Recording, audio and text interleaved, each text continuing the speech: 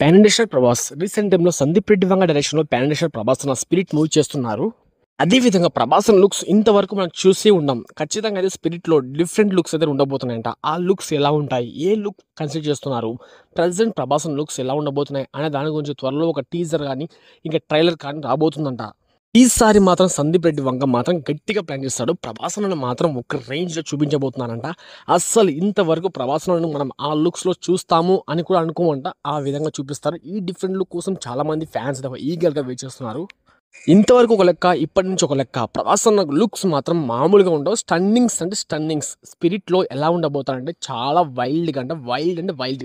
Animal సినిమాకి 100 times ఎక్కువ ఉండబోతుందంట violence. ఈ వయలెన్స్ తట్టుకోలేక ఏ సర్టిఫికేట్‌ని ఒక్కసారి కాదంట 3 టైమ్స్ చేస్తారంట ఈ ఏ సర్టిఫికేట్. ఆ విధంగా చూస్తుంటారంట సినిమాని. సందీప్ రెడ్డి వంగ మాత్రం ఈసారి వేరే లెవెల్ చూపించబోతున్నారు ప్రభాస్ అని. ఇక రీసెంట్ టైంలో సందీప్ రెడ్డి వంగని గౌతమ్ తిన్ననూరి గారు, విజయ్ దేవరకొండ గారు ముగ్గురిదే ఒక ఫోటో దిగేశారు. సో ఎందుకు ఈ సినిమాలో విలన్‌గా విజయ్ దేవరకొండ చేస్తున్నారా అని చాలా డౌట్ వచ్చేసింది. కానీ కాదండి. అక్కడ విజయ్ దేవరకొండ వీడి 12 కింగ్డమ్ మూవీ ప్రమోషన్స్ కోసం వచ్చేసి ఇక్కడ విజయ్ దేవరకొండ గారు సందీప్ రెడ్డి వంగ అనేది కలవడం జరిగింది.